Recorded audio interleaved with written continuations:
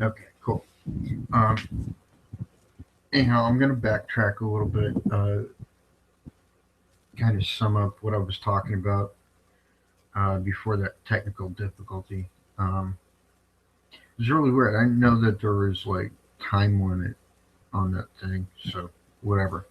Um, we're talking about Bloody Mary and where that particular bit of urban legend came from. Uh, there is some debate about its origin. Uh, the one I know of, the one I kind of accept personally, has to do with Queen Mary the First and her daughter, who was very short lived. In fact, some people don't even think she had a daughter because she was plagued with miscarriages and false pregnancies throughout her life. Um, but there was some clothing that was made that was too big to be that of an infant. So some, including myself, believe that there was actually a child um,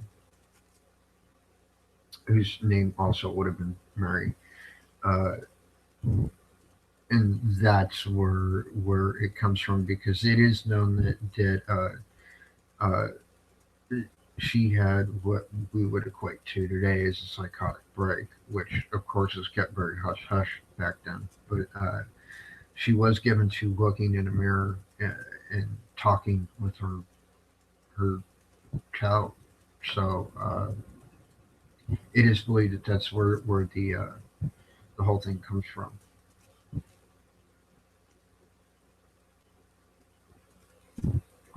And this particular article, which I was reading, is actually from Wikipedia, which I don't typically like Wikipedia articles simply because they are notoriously closed minded when it comes to anything paranormal.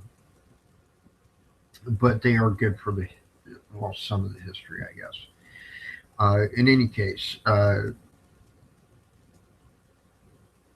they're writing off a lot of the phenomena that people are experiencing to what's called the Caputo effect, which is, uh, basically uh, looking into a mirror in a dimly lit room for any length of time can cause hallucinations, basically, is what they're saying.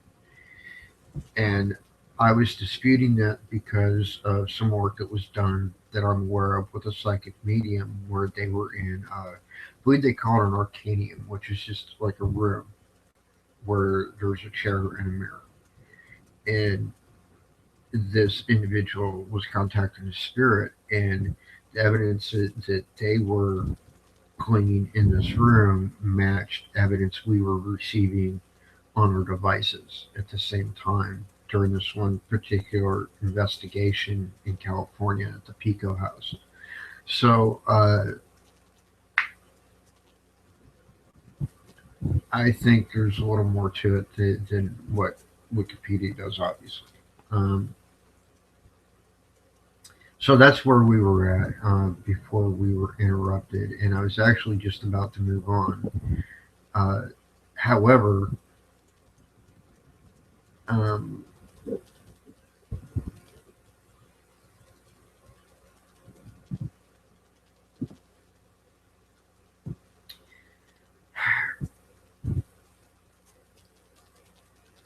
here's my issue.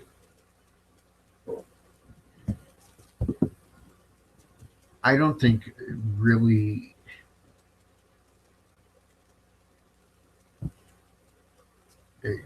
I kind of differentiate personally between a lot of the so-called urban legends and what I consider to be legitimate paranormal phenomena, because I I think a lot of the urban legends are based on our fears and therefore are subject to that mindset. And one of the things that is common in that mindset, especially when it's absolutely terrorizing fear, is not hallucination, but like what's the word I'm looking for? Makes you more open to suggestion. And so I think certain phenomena like Bloody Mary or Spring Heel Jack or even in some cases Letting Light are based in that fear and therefore are actual phenomena. It's just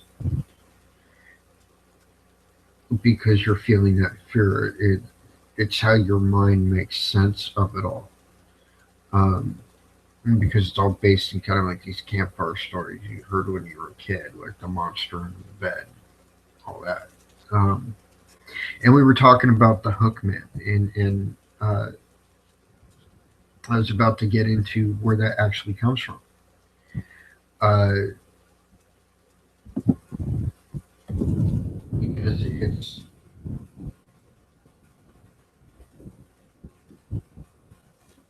it's actually a pretty interesting story.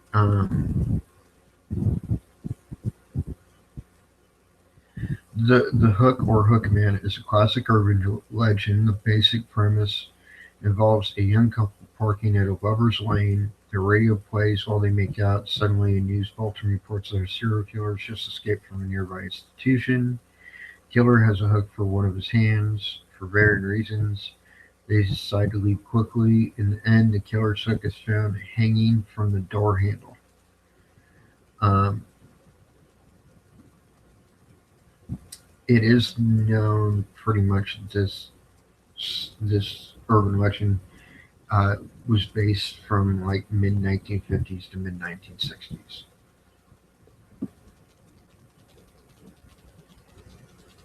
Folklorists have interpreted the long history of this legend in many ways.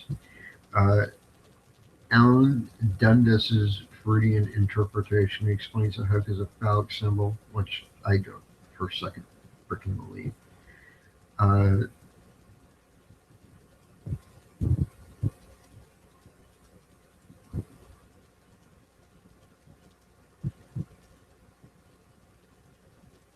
but this once again is Wikipedia, and therefore subject to very close-minded kind of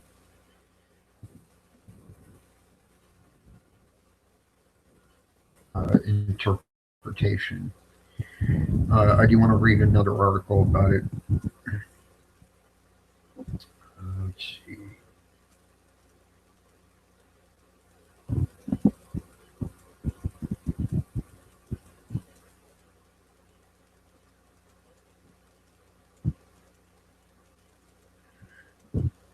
Here's where the legend actually comes from.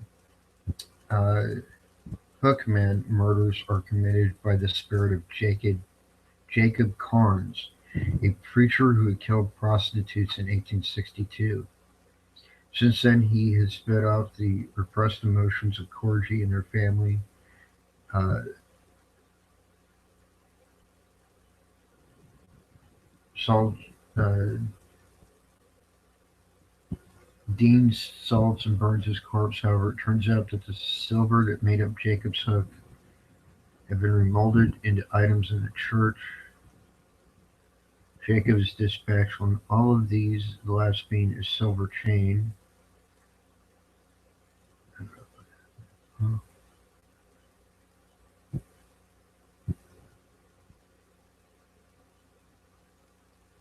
Oh, I see. They're describing the movie, The Hookman. Um, no, but that is somewhat based in historical fact.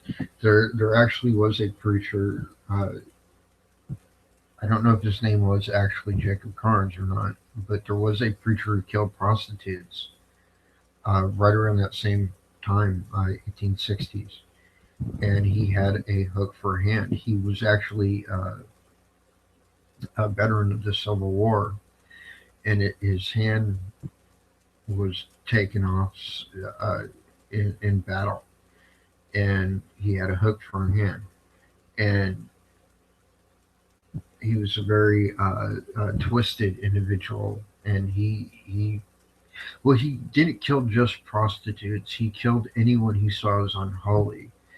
Um, but prostitutes seemed to be like his favorite victims because there were kind of a lot of them back then. Um, or not so much a lot of them, not really more than there is now. It's just that they were it was easier to find them because there were actual whorehouses and you could find them in practically every saloon in the country and the like. So uh, that's kind of where that comes from. Uh, Now, I've never experienced any phenomenon uh, having to do with this particular urban legend. Um,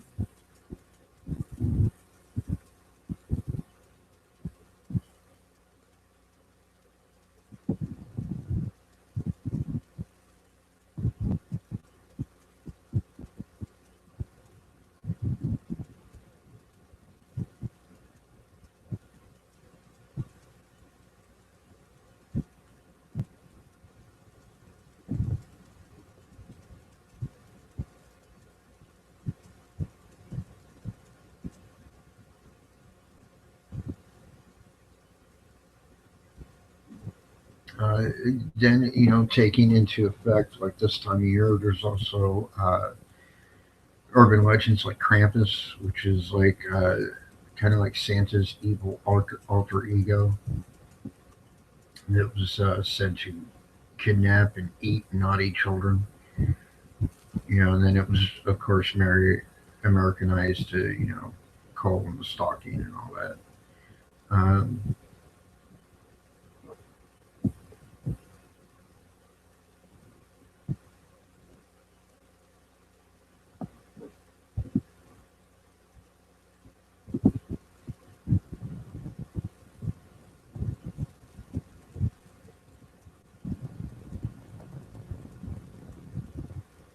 there's urban legend about clown statue. Babysitter taking care of two small children called their parents late in the evening to ask for permission to cover up the life-size clown statue in the corner of the family room.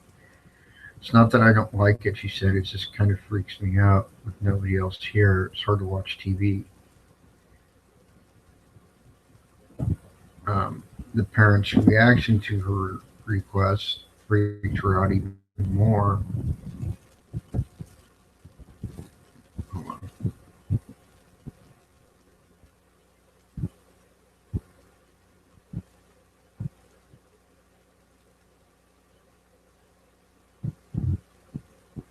Uh,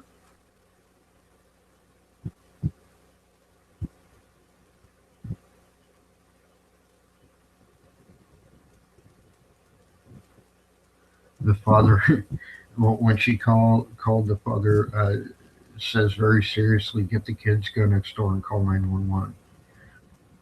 And she asks, "What's wrong?" "Just go next door, and once you call the police, call me back." She gets a kid, goes next door, calls the police. When the police are on the way, she calls the father back and asks, "So really, what's going on?" He responds, "We don't have a clown statue." He then further explains that the children have been complaining about a clown watching them as they sleep. He and his wife had just blown it off, assuming that they were having nightmares. The police arrive and apprehend the clown. He turns out to be a midget. Midget clown? I guess he has. Wow,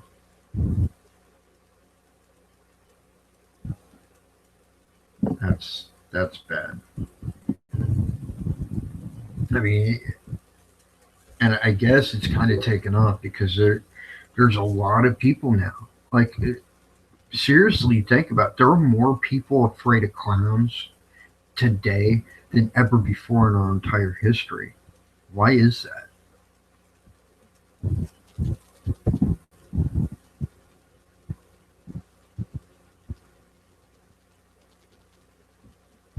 I mean, seriously, think about it. I mean, Why now? All of a sudden, it can't just all be because of Stephen King's It. I mean, don't get me wrong, that's a great book, and it was a decent movie. But come on, that doesn't explain it all. So what is it? You know, I don't have an explanation for it. Um, let's see. There's the babysitter and the man upstairs. Uh, in this classic urban legend from the 1960s, goes like this: a married couple were going out for the evening and called in a teenage babysitter to take care of their three children. When she arrived, they told her they probably wouldn't be back until late and that the kids were already asleep, so she needn't disturb them. The babysitter starts doing her homework while waiting a call from her boyfriend. After a while, the phone rings. She answers it, but hears no one on the other end, just silence. Then whoever it is hangs up. After a few more minutes, the phone rings again. She answers, and this time there's a man on the line. He says in a chilling voice, "Have you checked the children?" Click. First, she thinks it might have been the father calling to check up and he got interrupted, so she decides to ignore it. She goes back to her homework, then the phone rings again. "Have you checked the children?" says a creepy voice on the other end. "Mr. Murphy?" she asks, but the caller hangs up again. She decides to phone the restaurant where the parents said they'd be dining, but when she asks for Mr. Murphy, she's told that he and his wife had left the restaurant 45 minutes earlier, so she calls the police and reports that a stranger has been calling her and hanging up. "Has he threatened you?" the dispatcher asks. "No," she says. "Well, there's nothing we can really do about it. You can try reporting the prank caller to the phone company." A few minutes go by and she gets another call. "Why haven't you checked the children?" the voice says. "Who is this?" she asks, but he hangs up again. She dials 911 again and says, "I'm scared. I know he's out there. He's watching me." "Have you seen him?" the dispatcher asks. She says, "No." "Well, there isn't much we can do about it," the dispatcher says. The babysitter goes into a panic mode, pleads him to help her. "No, no, it'll be okay," he says. "Give me your number and street address, and if you keep this guy on the phone for at least a minute, we'll try to trace the call." "What was your name again?" "Linda." "Okay, Linda, if he calls back, we'll do our best to trace the call, but just keep calm. Can you do that for me?" "Yes," she says, and hangs up. She decides to turn the lights down so she can see if anyone's outside, and that's when she gets another call. "It's me," the familiar voice says. "Why did you turn the lights down?" "Can you see me?" she asks, panicking. "Yes." "Look, you scared me. I'm shaking. Are you happy? Is that what you wanted?" "No." "And what you want?" Another long pause. "Your blood all over me." She slams the phone down, terrified. Almost immediately it rings again. "Leave me alone," she screams, but it's the dispatcher calling back. His voice is urgent. "Linda, we've traced that call. It's coming from another room inside the house. Get out of there now." She tears to the front door, attempting to unlock it and dash outside, only to find the chain at the top still latched. In the time it takes her to unhook it, she sees a door open at the top of the stairs. Light streams from the children's bedroom, revealing the profile of a man standing just inside. She finally gets the door open and bursts outside, only to find a cop standing on the doorstep with his gun drawn. At this point, she's safe, of course, but when they capture the intruder and drag him downstairs in handcuffs, she sees he is covered in blood. Come to find out, all three children have been murdered.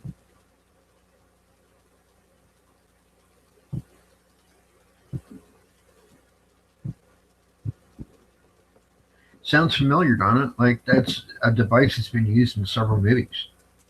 Um, just to think out the top of my head, the movie Urban Legend, as well as uh, what was the other one? When a Stranger Calls. Uh,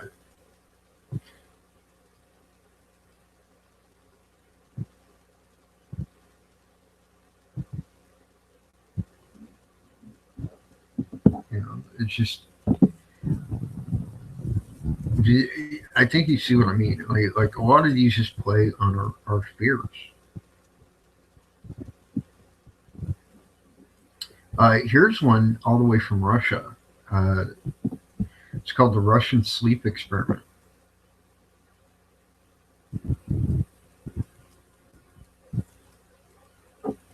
Toward the end of the 1940s, excuse me. Um, Toward the end of the 1940s, Russian researchers conducted a study in which five prison inmates were sealed in an airtight chamber and dosed with an experimental stimulant gas to test the effects of prolonged sleep deprivation. Their behavior was observed via two-way mirrors, and their conversations motioned are monitored electronically. They were promised their freedom if they could go without sleep for 30 days. The first few days of the experiment passed uneventfully.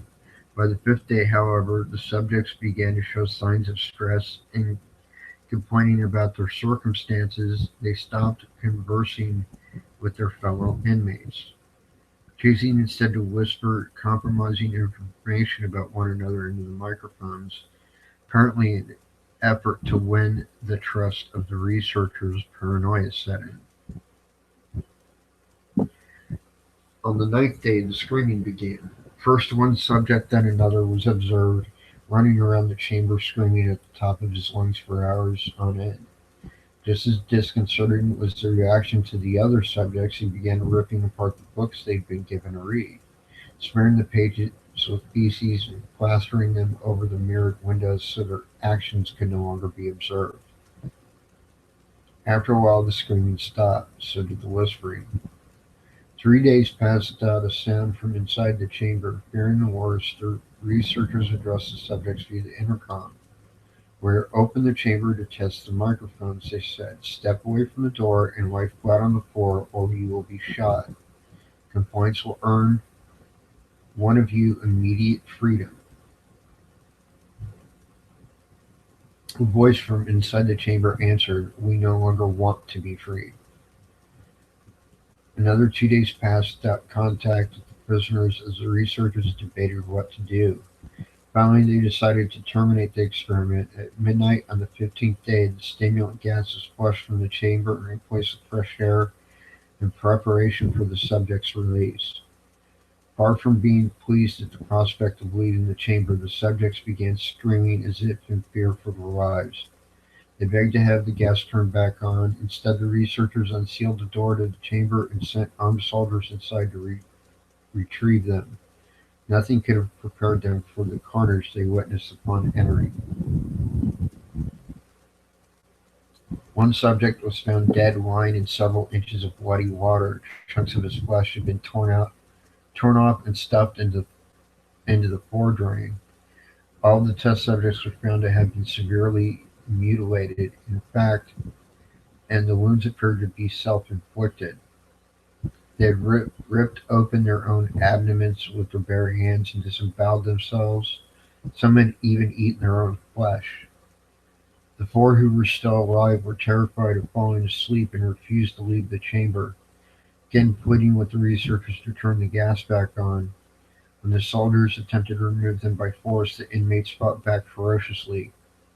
One suffered a ruptured spleen and lost so much blood there was literally nothing left for his heart to pump. Nevertheless, he continued flailing for a full 3 minutes before his body finally went limp and he died. The remaining subjects were finally restrained and transported to a medical facility for treatment. The first to be operated on fought so furiously against being anesthetized that he tore muscles and broke bones during the struggle. As soon as the anesthetic took effect, his heart stopped. The rest of the subjects underwent surgery without sedation. Far from feeling any pain, however, they laughed hysterically on the operating table. So hysterically that the doctors, perhaps fearing for their own sanity, administered a paralytic agent to immobilize them.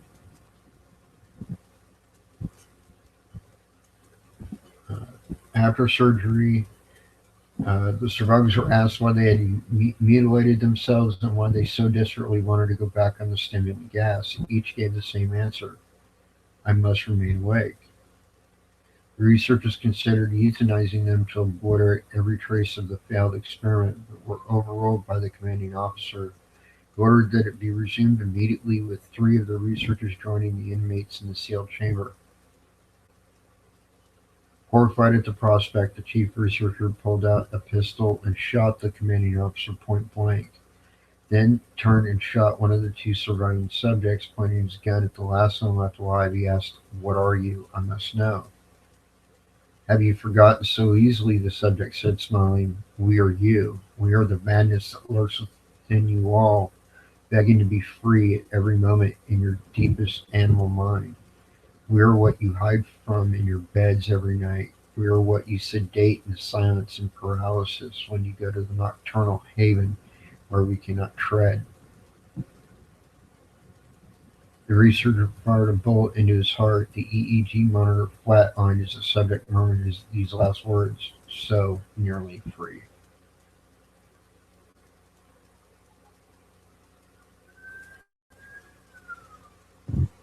Wow. I wonder if there's any truth to that. I mean, of course, this article claims there's not, but it wondered it all surprised me. I mean, we know that the Russians, before the end of the Cold War, were doing all sorts of creepy stuff.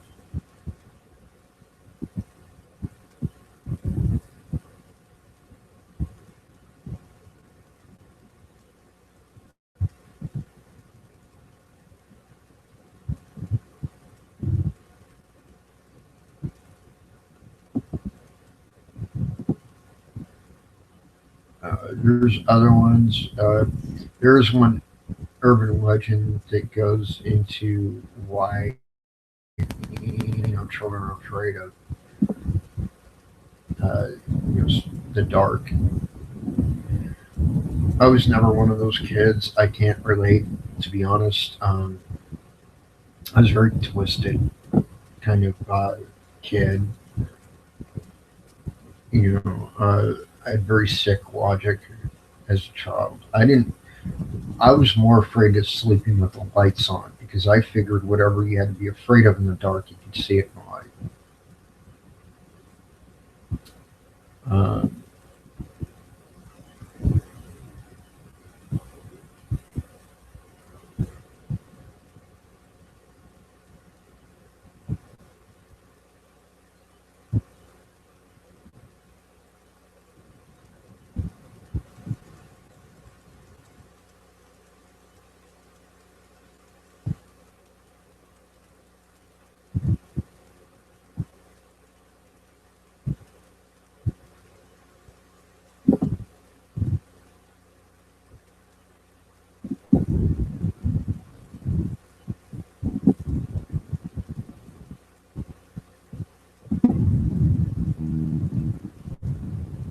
Sorry, I'm waiting for this thing to load.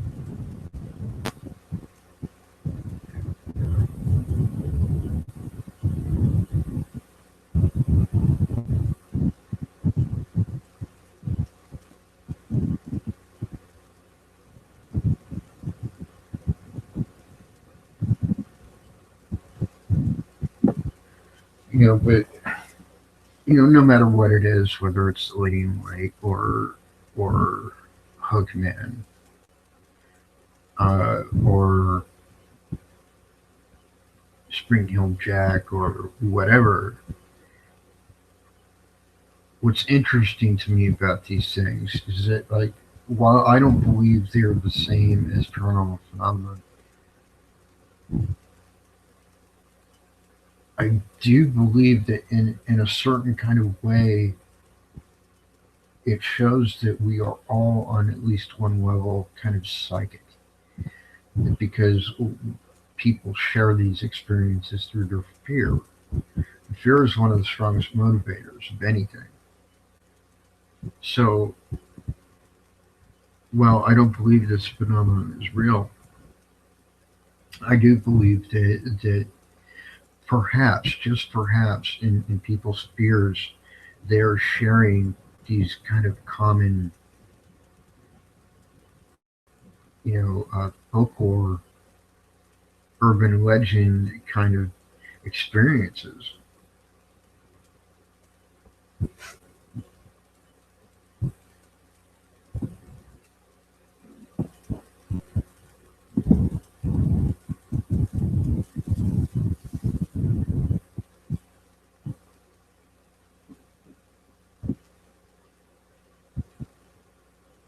Uh, like this next one.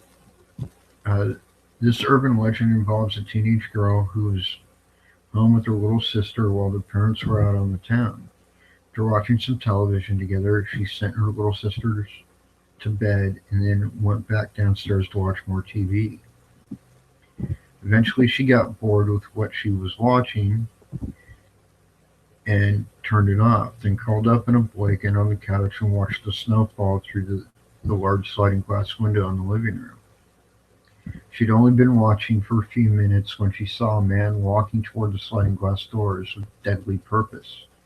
He started to pull something shiny out of his coat, and she dove under her blanket in terror. After a while, she pulled down the blanket and found that the man was gone. She called the police, who immediately rushed over to the scene to investigate. Upon examining the premises, one of the first things they noticed was that there were no footprints in the snow. And with the rate of snowfall, there's no way they could have been covered that quickly. Puzzled, the officers inspected the residence and noticed wet footprints on the carpet, leading straight up to the couch where the girl had been sitting. The madman had been behind her the whole time, and what she had seen had been his reflection in the window.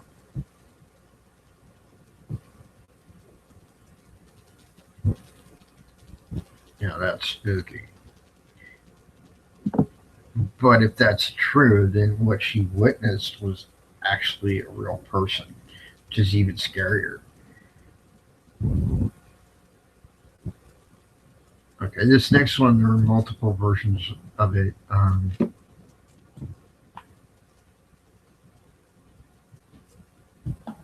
This one is another vehicle that's been used in movies quite a bit. Um, there are multiple versions of the story. Most of them start with a young college girl who was studying late and thus was spending a lot of time in the library instead of her dorm room.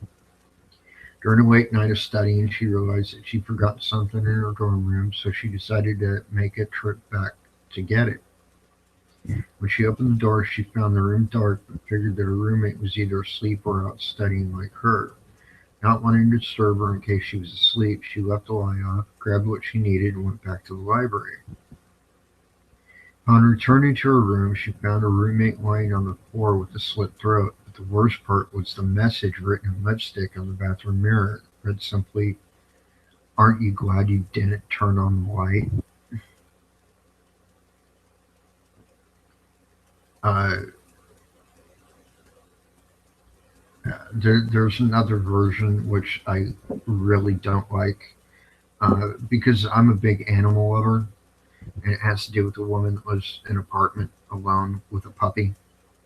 I'm sure you can imagine the rest. Uh,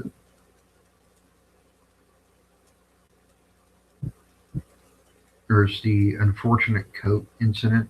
Um, this urban legend begins on a cold winter day with a young couple who were having a christening party in their home for their new baby. The guests started to arrive out of the cold, and as they were welcomed by their host, they tossed their coats onto a bed that was near the main living room. It just started with a coat or two, but once someone saw one coat, everyone began adding to the pile. Before long, all the guests had arrived and everything was in full swing. The parents decided that it was time to show off their new baby to the guest. After all, he was the guest of honor. So the mother walked over to the bed where she'd left the baby, only to scream in horror when she found that her little bundle of joy had been accidentally smothered under the towering pile of coats. Now, what's interesting about this one, this actually happened. I'm not even kidding. This actually happened. This is a real thing. You know, I wouldn't actually call this an urban legend, though. I mean, I'm sure it is an urban legend in the way that the story's been told and retold and retold, but not in the way that, like the Lady in White or Spring Hill Jack or whatever. Um, but this did actually happen. I know this for a fact, and it was during the winter, and you know maybe it was accidentally smothered by a bunch of coats, just like the story said. Um, Actually happened in New York State. I think it was just outside of New York City, actually.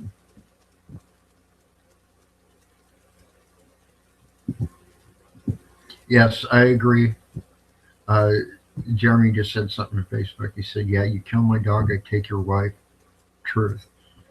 Absolutely. Doesn't even have to be my dog. You do anything cruel against an animal around me, you're done. Don't even have to be mine.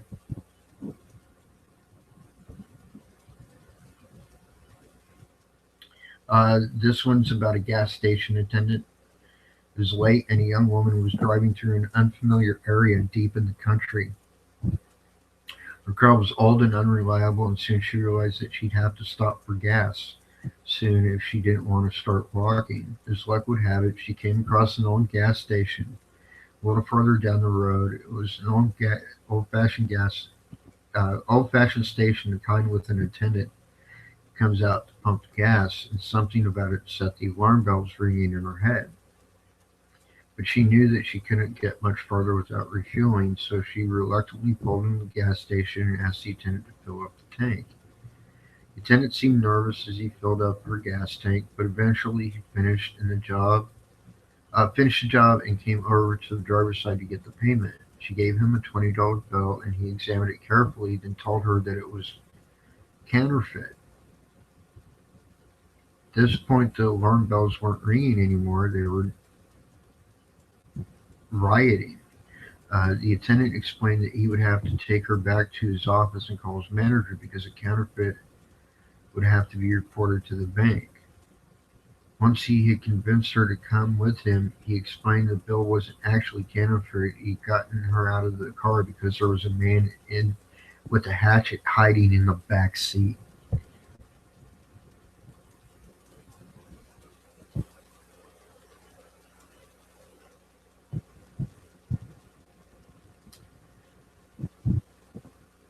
See, I heard about this, but I didn't hear about it as an urban legend. I actually heard this happen. I don't know, but it wasn't like an urban legend thing that I heard. It was like a real thing. And the reason I know it was like a real thing is because um,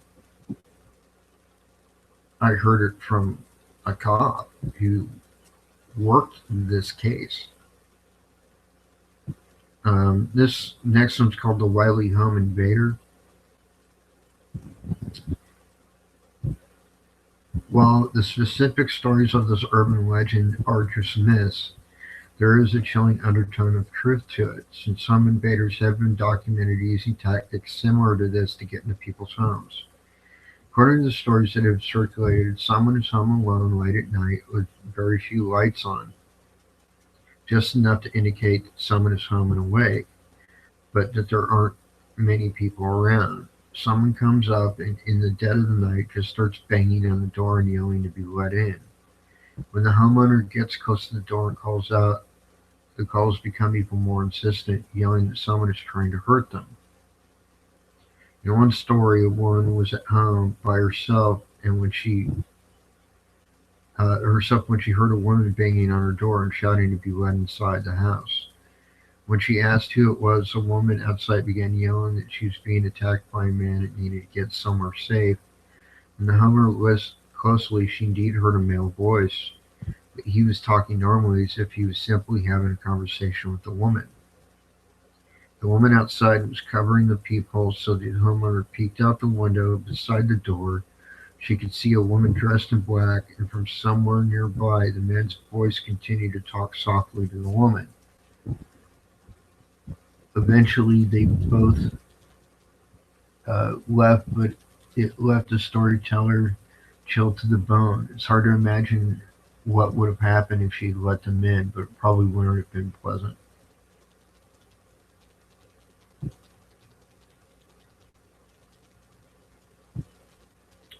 The Lost Child. A young woman was walking down her street on a normal spring day when she saw a small child sitting beside the road and crying.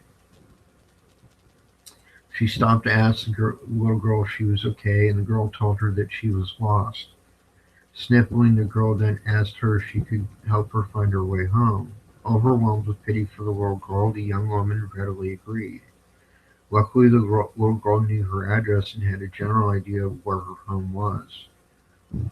Before long, the two had made it to her house. The front door was locked, and since the girl was too small to reach the doorbell, she asked the young woman to press it for her. The woman pressed the doorbell without a second thought and immediately felt a powerful shock course through her body. It knocked her out cold, and she woke up several hours later completely naked and surrounded by used condoms. The house she was in was empty, her rapists were long gone, and the child was nowhere to be seen. Wow.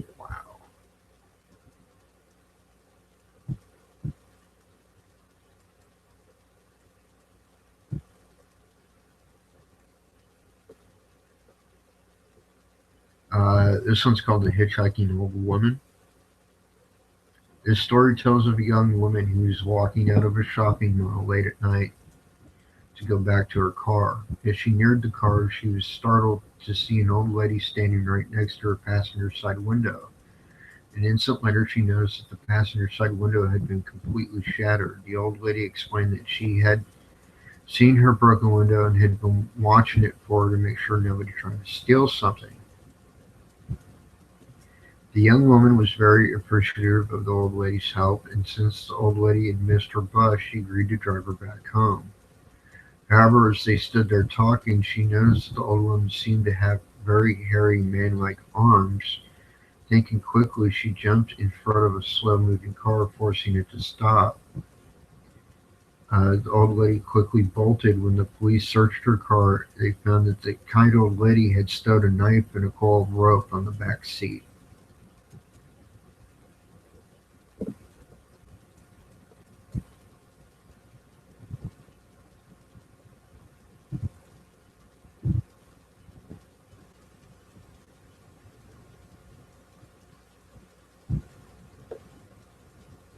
Don't open the door. A woman was up late at night, just minding her own business and browsing the internet in her living room when she heard the sound of a baby crying outside her doorstep. She got up and went to investigate the noise, but could see nothing through the peephole.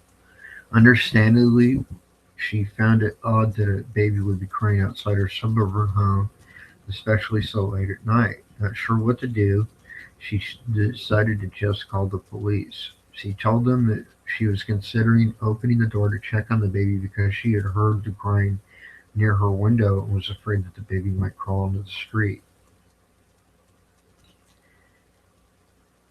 Practically shouting, the dispatcher told her that under absolutely no circumstances should she open the door, that they had already had police on their way to her house. When they got there, the police found no baby or any evidence that a child had been nearby at all. The policeman informed the woman homeowner that they had received multiple calls like this lately, and that they believed it to be the work of people who were trying to trick the woman into opening the home using a recording of a crying child.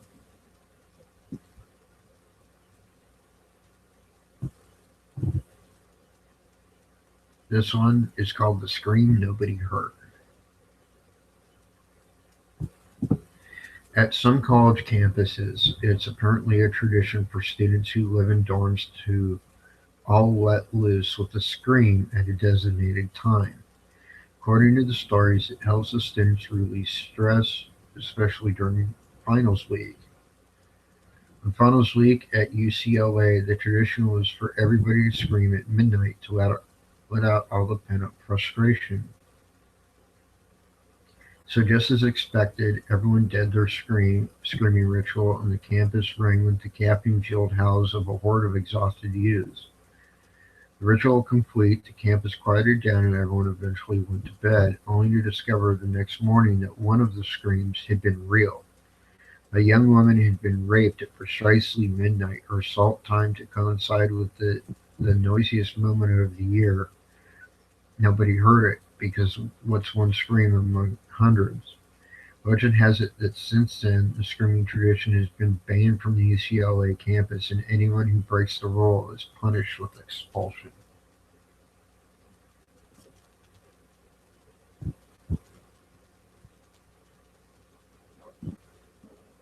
That's crazy, especially if there's any truth to that.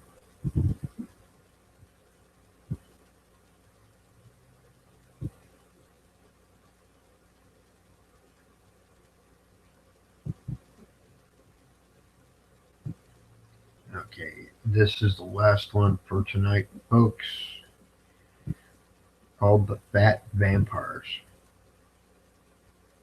Stories of fat vampires are not new. The creatures were called, I think I'm saying this right, Pistacos, Narquazic Peruvian legend.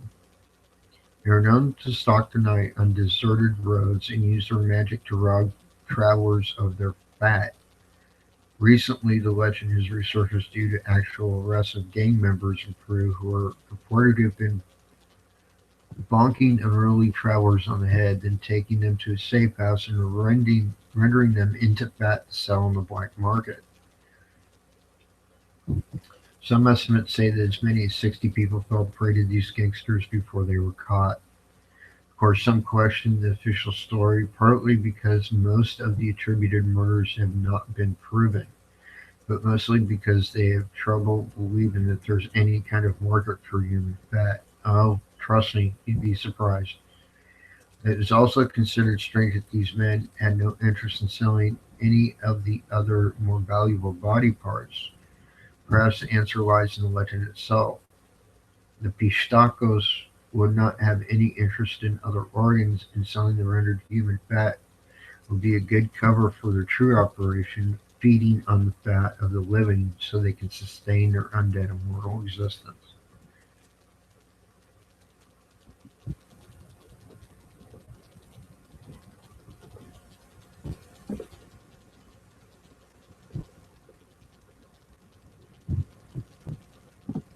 That's pretty crazy. Um, and I do know that there is some truth to that story,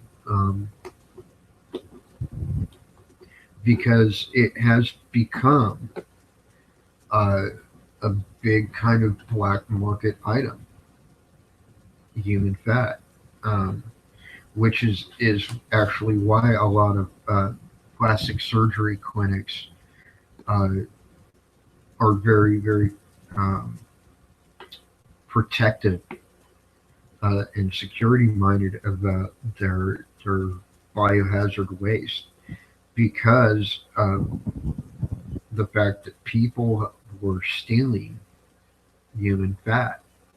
And the reason why is because, very simple. A gallon of human fat will sell in the black market for around $35,000. And the reason why is human fat's actually used for different surgeries. Um, Plastic surgeries, even uh, uh, since since the days of the saline booby bags, for example. Um, the new practice is like bags made out of like this substance, which is at least in part human fat, and to give it more of a, I guess, a real feel or whatever. But who knows? So there, I do know that there is some truth to that. I don't know about the whole undead immortal thing. I don't believe that. Um,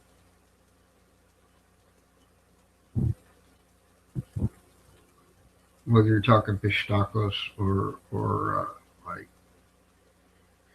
Nosferatu or whatever, I think they're all based in some truth. Um,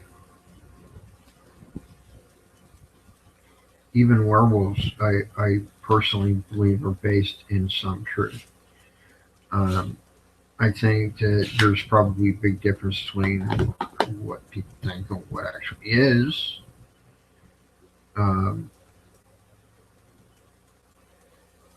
I think vampires, real vampires, are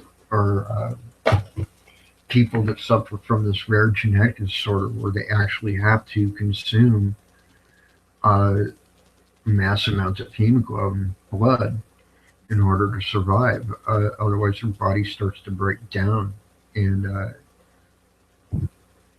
they'll get like skin lesions and stuff, which won't heal.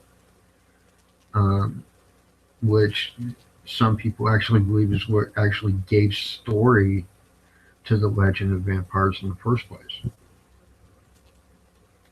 So just something to think about. I think most urban legends have a little bit of truth to them, because they all come from somewhere. But I think what makes us so fascinated about them is kind of like a shared fear, or if not fear, at least fascination with the dark and macabre. That's why people like to watch scary movies. It's why there were like what a gazillion Friday the 13th movies and Nightmare on Elm Street movies is because of that. But all these sort of legends, that there is some truth to it. They are based, a lot of them, on things that actually did in fact happen. Um, and the whole thing about people being tricked out of their homes, that's been common practice for years amongst burglars. It's something they'll do instead of waiting for the house to be deserted, because that can be forever. Because people, especially nowadays, because people don't take as many vacations as they used to. Um, in fact, your average American can't afford a vacation. So, it's something to think about, food for thought. Anyways, tune in Wednesday night. Going to be pretty cool. Going to be well, it's going to be a live EVP night, so that'll be fun. And until then, my pack, my tribe, peace out.